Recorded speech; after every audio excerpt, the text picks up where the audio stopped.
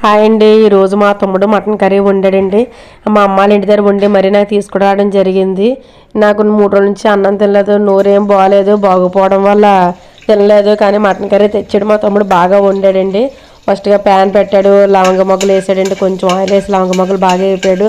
వేపిన తర్వాత మంచి వాసన వచ్చిన తర్వాత కరివేపాకు కూడా కడిగి పక్కన పెట్టుకున్నాడు, అది కూడా వేసాడండి.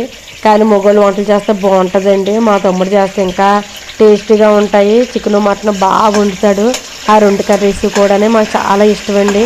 మా ఇంట్లో ఉన్న వాళ్ళందరూ కూడా మా తమ్ముడు వంట చేస్తే ఇంకా మాకు చాలా ఇష్టమండి. తర్వాత అవి అయిన తర్వాత మీ ఉల్లిపాయ ముక్కలు వేసాడండి. అవి కూడా గోల్డ్ షేడ్లోకి వచ్చిన తర్వాత టమాటా ముక్కలు, పచ్చడి ముక్కలు వేసాడు. అవి కూడా బాగా వేగిన తర్వాత మటన్ కర్రీ శుభ్రంగా క్లీన్ చేసి వేసాడు. అది కూడా బాగా వేగిన తర్వాత ఆయిల్లో బాగా వేగిందండి. వేగిన తర్వాత వాటర్ వచ్చి మళ్ళీ వాటర్ ఇంకిపోయిన తర్వాత కొంచెం పసుపు వేసాడు. పసుపు వేసి బాగా కలిపాడు. కలిపిన తర్వాత ఇంట్లో ఆడించిందేనంటే కారం కూడాని, ఆ కారం కూడా వేసాడు. అది వేసిన తర్వాత సాల్ట్ వేసాడు, కొంచెం బాగా కలిపాడు. కలిపిన తర్వాత కొంచెం అల్లం వెల్లిపాయలు ఇంట్లోనే దంచుకుంటూ దాంట్లో దంచి వేసాడు. పచ్చివాసన పోయిన తర్వాత గరం మసాలా వేసాడండి. మొత్తం వాళ్ళంతా మిక్స్ చేసాడు. లాస్ట్గా ఫైనల్గా కొంచెం ధనియాల పొడి కూడా వేసాడు. ఇంట్లో ఆడిందానండి.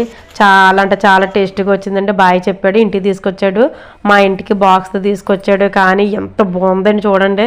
కలుపుతుంటే ఎంత ఇదిగా ఉంది చూడండి, నోట్లో నీరు ఊరిసండి.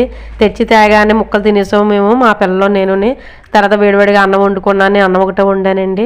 వండి ఈ మటన్ కర్రీ వేసుకొని కలుపుకొని తింటే ఇంకా రొంపలేదు, ఏమి జ్వరం లేదు, మొత్తం అన్నీ పోయేయండి.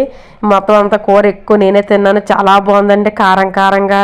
అబ్బా చాలా బాగుందండి. మీరు ఏం తింటారో కామెంట్ చేయండి.